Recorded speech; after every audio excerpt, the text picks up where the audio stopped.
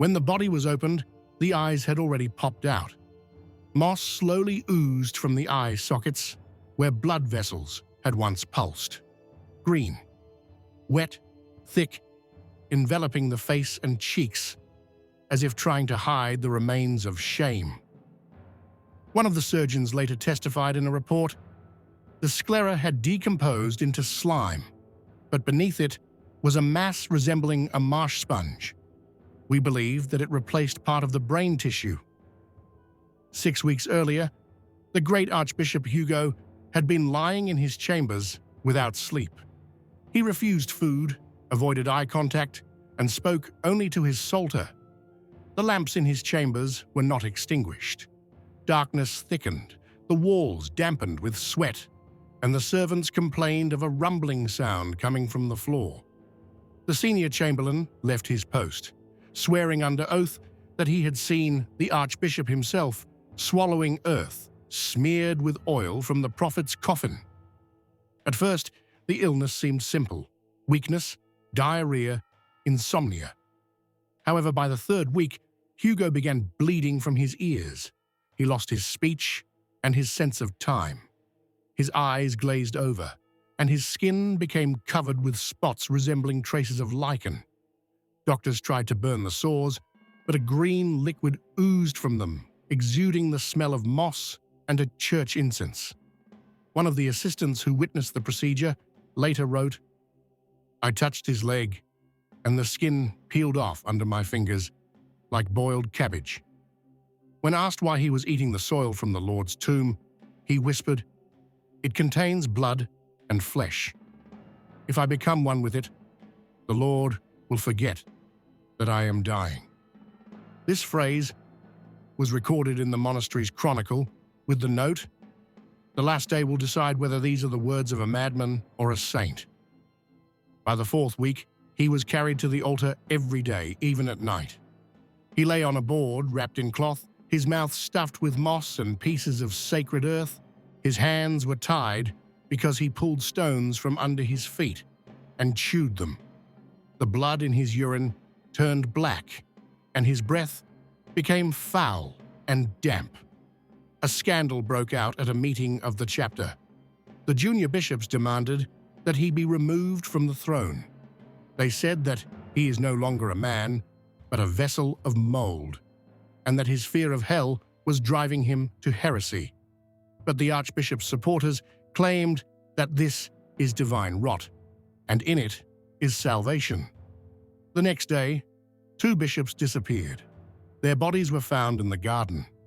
One hanged on a grapevine, the other strangled with a censer chain. According to informants, Hugo forbade doctors from Rome to enter. He rejected ointments and insisted on rubbing ashes from burned icons into his skin. His last confession lasted 5 hours. He coughed constantly, spat out clots of pus, and tried to get up to eat the earth from the tomb brought from Jerusalem. Servants held him back, but he clamped his teeth onto the wrist of one of them. He bit off a piece and swallowed it. According to the recollections of his assistant, recorded in the treatise on the deaths of great men, by the 5th week, Hugo was motionless, but moss continued to grow. His chest was covered with spores. With each breath, air escaped with a wheeze, as if from a hollow trunk. The autopsy revealed that part of his lung had rotted and settled in his bronchi. His kidneys stopped working, his body swelled up, his stomach distended, and his bed was wet with a disgusting secretion. 3 days before his death, he prayed without words, uttering only guttural moans. Witnesses wrote, "It seemed as if he was talking to the moss." By nightfall, his temperature had dropped, but green blood flowed from his nose. When he died, no one cried out. No one prayed. One of the cell attendants later wrote, "We thought he had become part of the earth he had eaten." The pallbearers refused to enter. Then the body was pulled out in a sack. The skin smelled of dampness, maggots were crawling in the wounds, and grass was sticking out of his mouth. The burial took place in secret. By morning, riots broke out in the city. someone spread a rumor that the archbishop had risen from the dead and that his breath was now poisoning the air.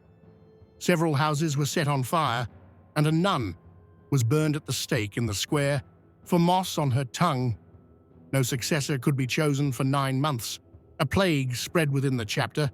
6 canons began to suffer from rotting fingers. People said it was punishment. The people remained silent. Services were not sung. The walls of the cathedral were covered with mold. The chronicler wrote, "He ate the holy ground, and now it is eating us." Servants allowed into the Duke's chambers described the air as musty, like in a basement where carrion and damp straw had been rotting for weeks.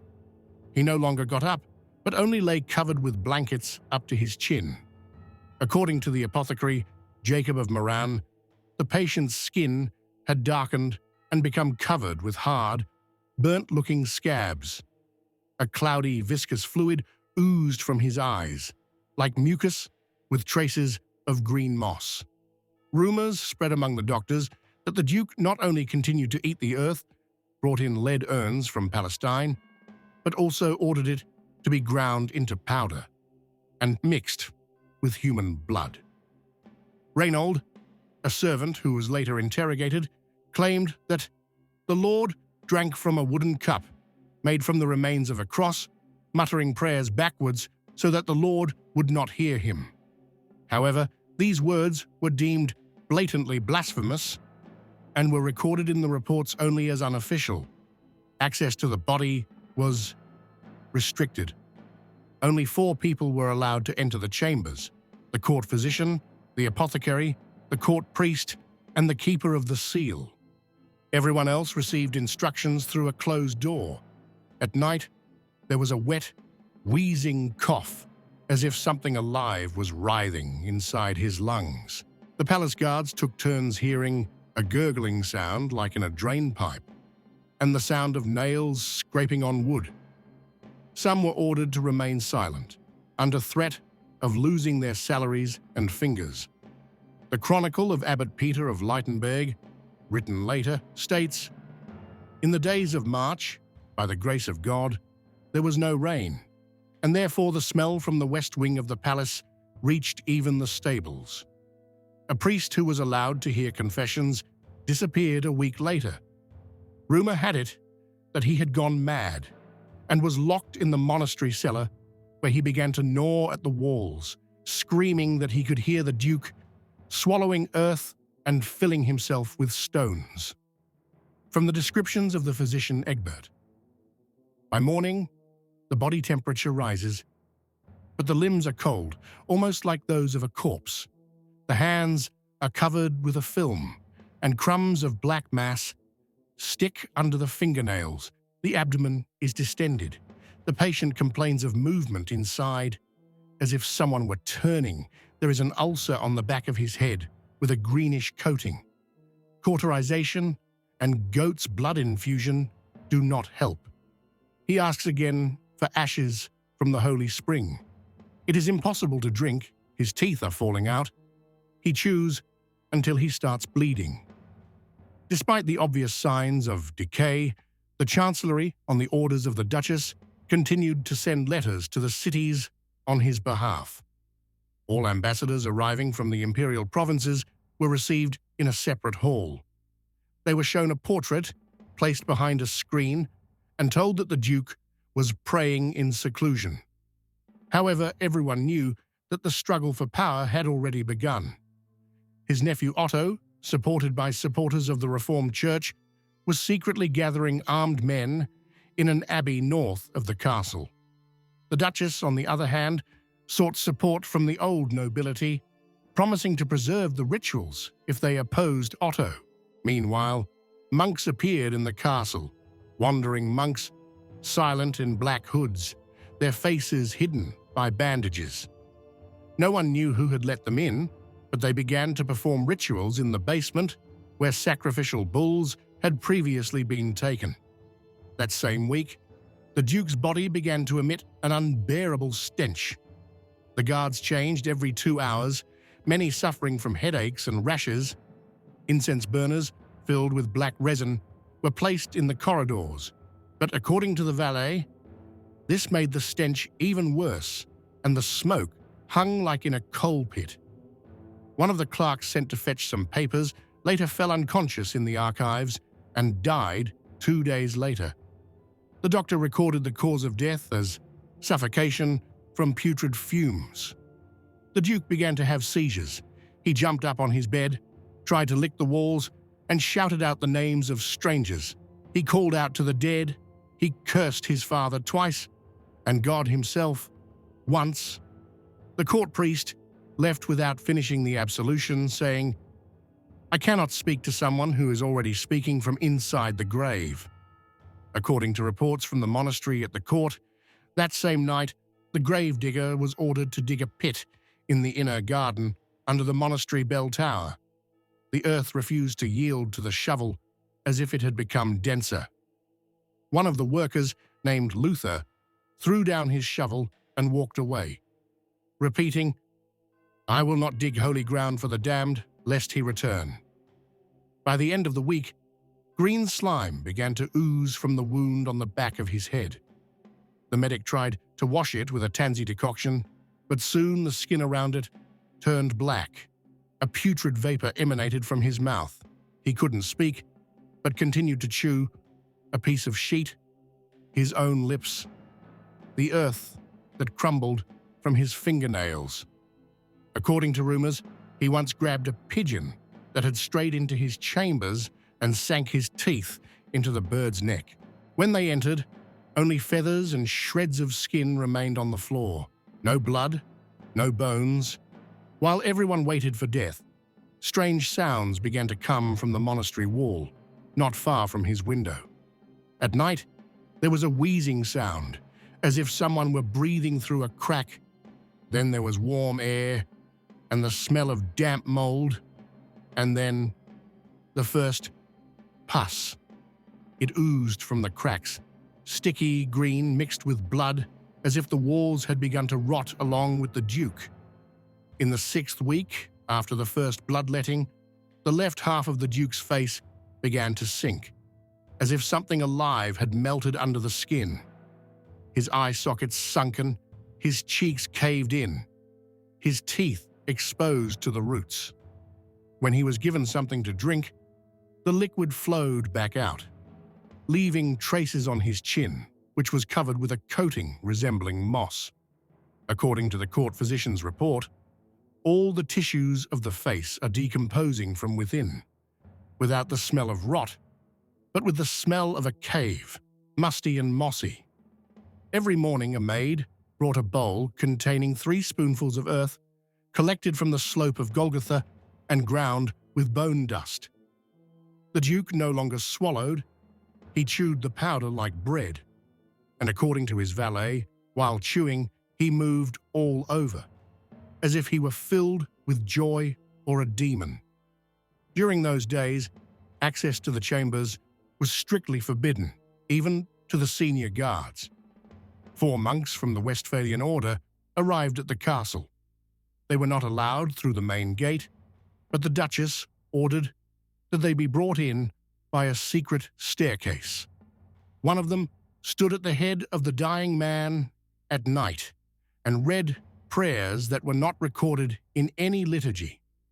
Priests from the cathedral sent a protest stating that a sorcerer's ritual is being performed in the castle by which the unclean body of the Duke is being kept from decay. From the apothecary's report states, "On the 3rd day at cockcrow, I observed myself.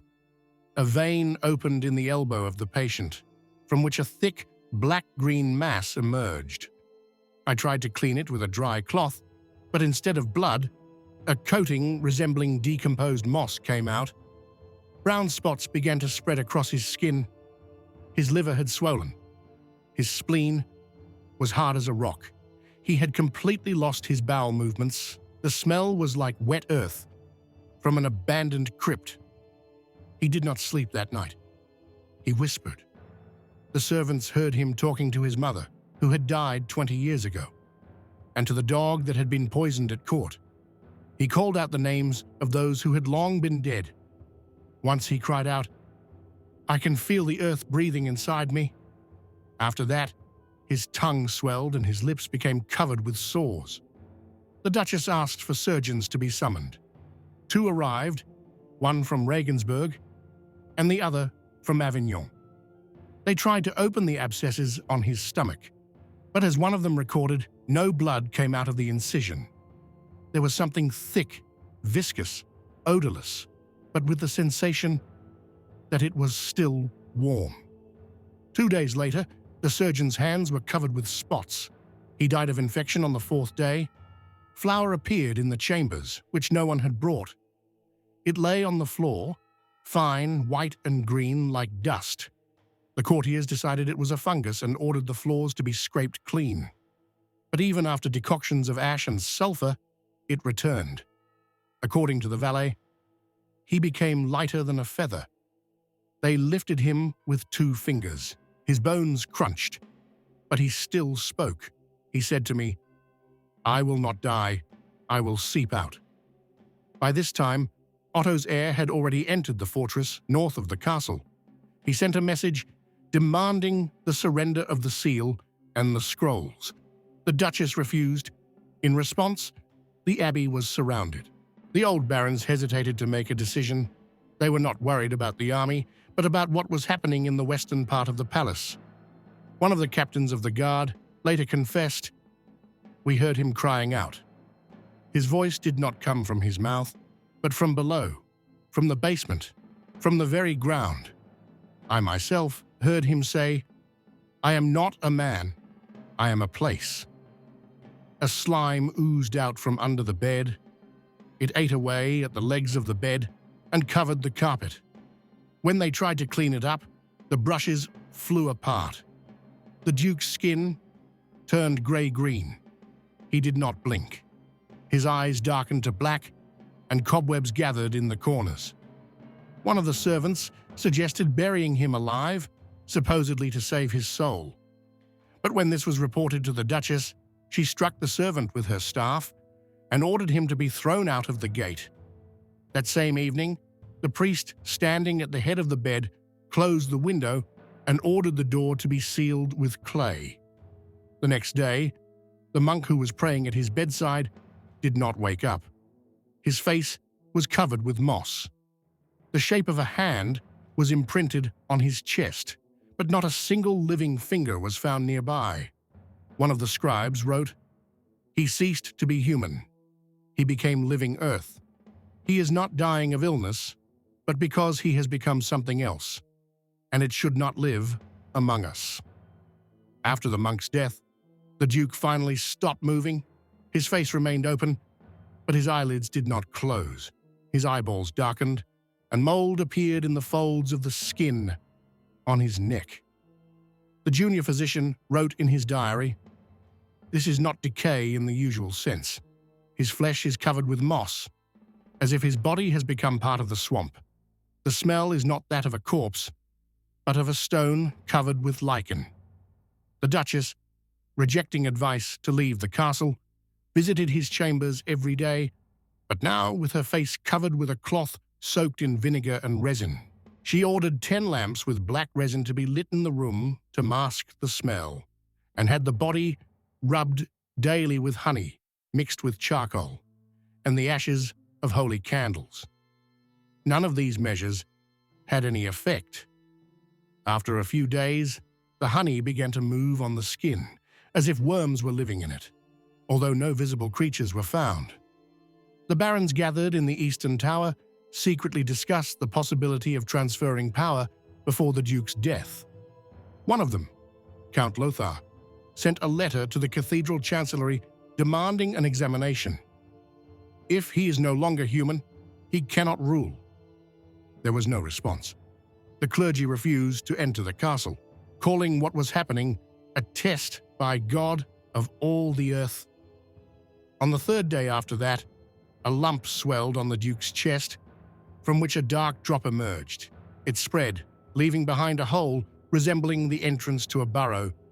When the doctor tried to insert a thin probe into it, a gurgling sound came from inside, and clear mucus flowed from the corner of his eye.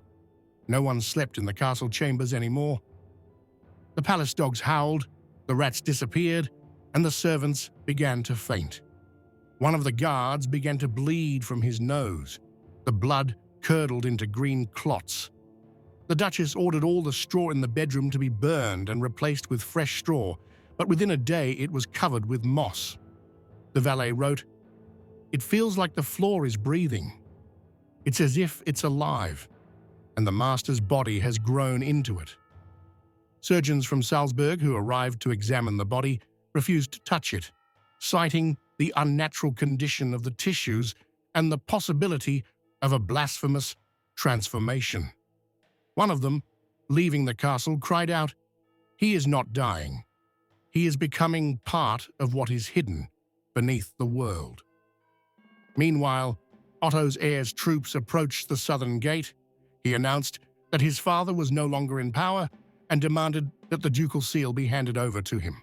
When the messenger entered the hall where the body lay open, he immediately turned around and left.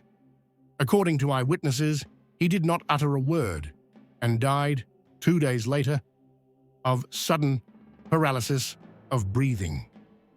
The senior clerk's report states, "Everyone who approached the body began to feel a chill down their spine, and then they heard footsteps, not their own, walking in the same rhythm."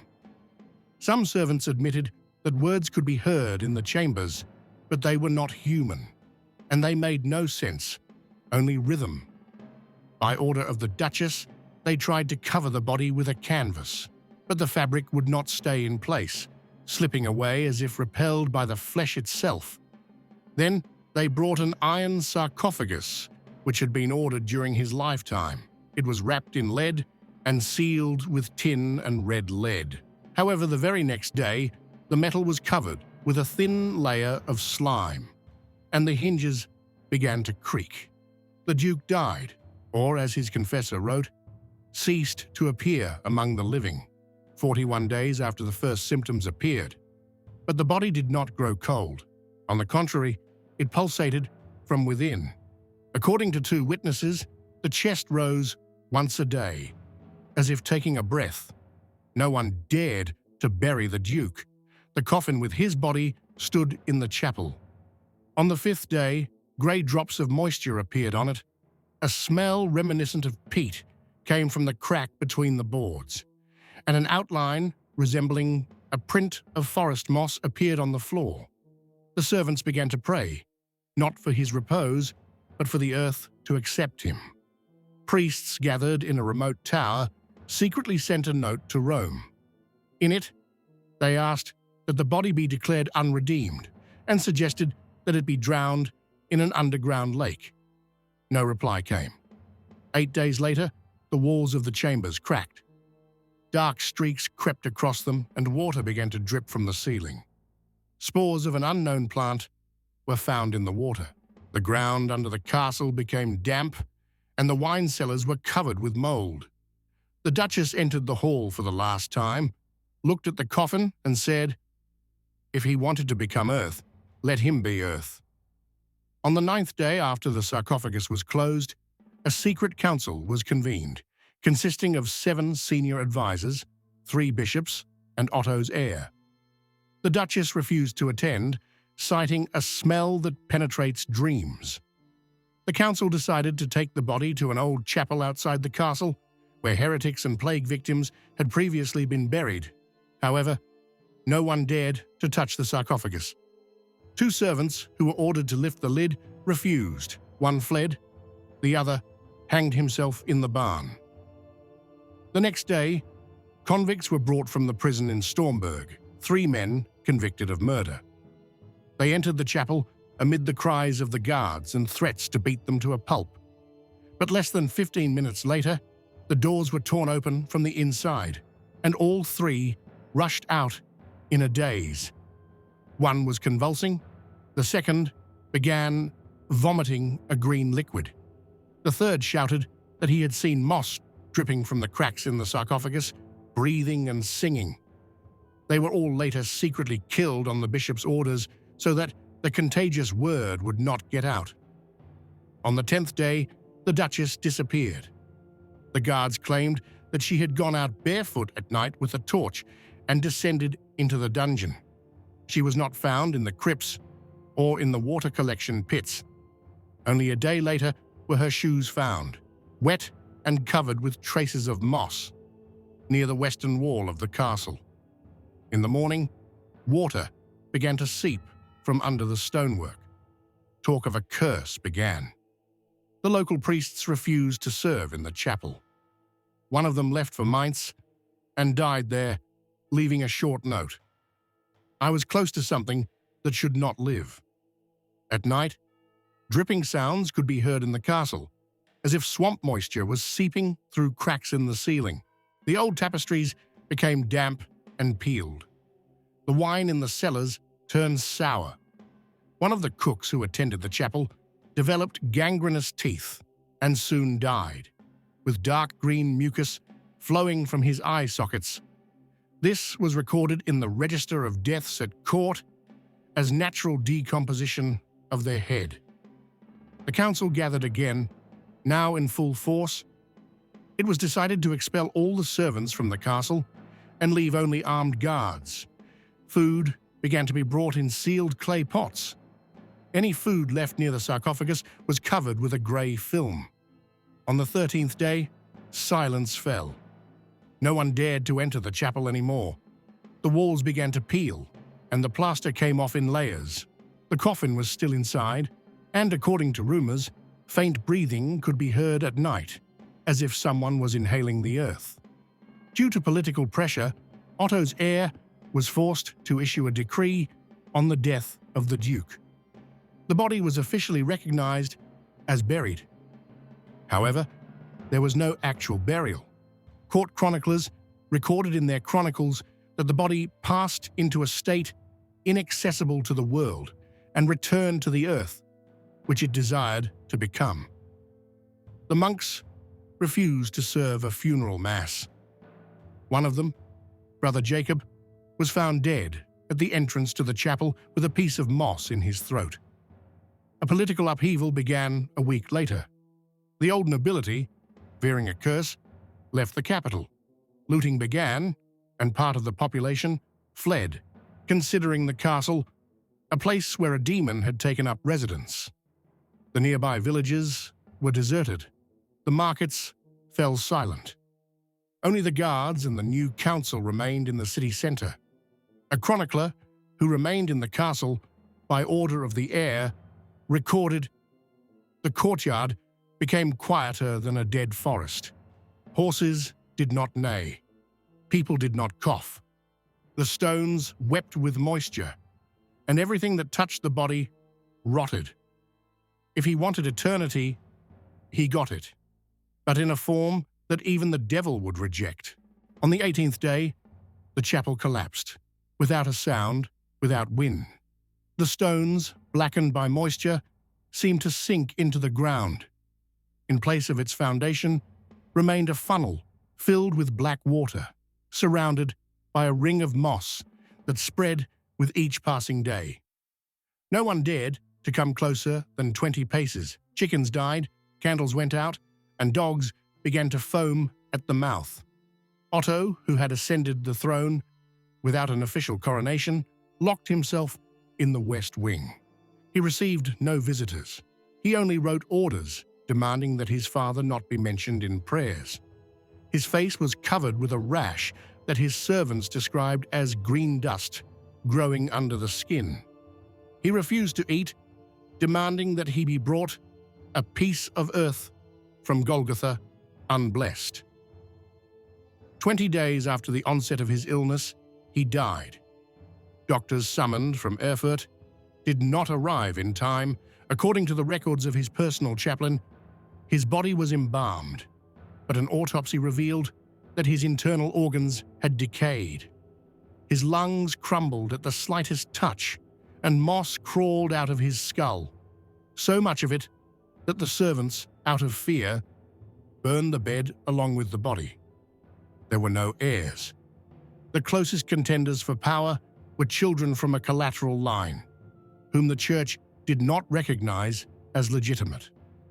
A rebellion broke out in the capital. Part of the nobility was slaughtered in one night. A sign was hung on the castle gate with the words scratched in nail marks, "He ate the earth, and the earth ate him." The papal nuncio arrived 7 days late. He refused to enter the ruined castle. In his report to Rome, he wrote, "The area is dead. No smell, no sound, no shadow. Everything that was alive is dead. Everything that was dead is growing." His notes were later removed from the archives. Offers began to arrive from neighboring principalities to divide the former ruler's lands. But those who sent troops did not return. One detachment disappeared without a trace. Another returned 3 days later with a terrible fever. Their skin was covered with moss, their nails fell off, and their eyes were festering. The epidemic spread to 3 villages. They were burned along with their inhabitants. Later, a year later, a manuscript was found in the monastery of St. Gregory in the Southern Valley. The signature belonged to a court physician. It said that the Duke ate the earth from the graves of saints and mixed it with human blood to achieve immortality. He allegedly claimed that pure ashes contain the voice of God, and if they become part of the body, death will not enter. The last entry in the manuscript was the phrase, "The eyes do not close, he sleeps, but he watches." After that, the Holy Synod recognized everything that had happened as heretical fall from the throne. The castle was abandoned forever. A few years later, according to merchants' reports, moss began to grow from that place and in new lands, on doors, on the faces of babies, on the domes of chapels. They tried to burn it, cover it, renounce it, but it returned. In the memory of the people, this ruler remained nameless. He is simply called "He who ate the earth."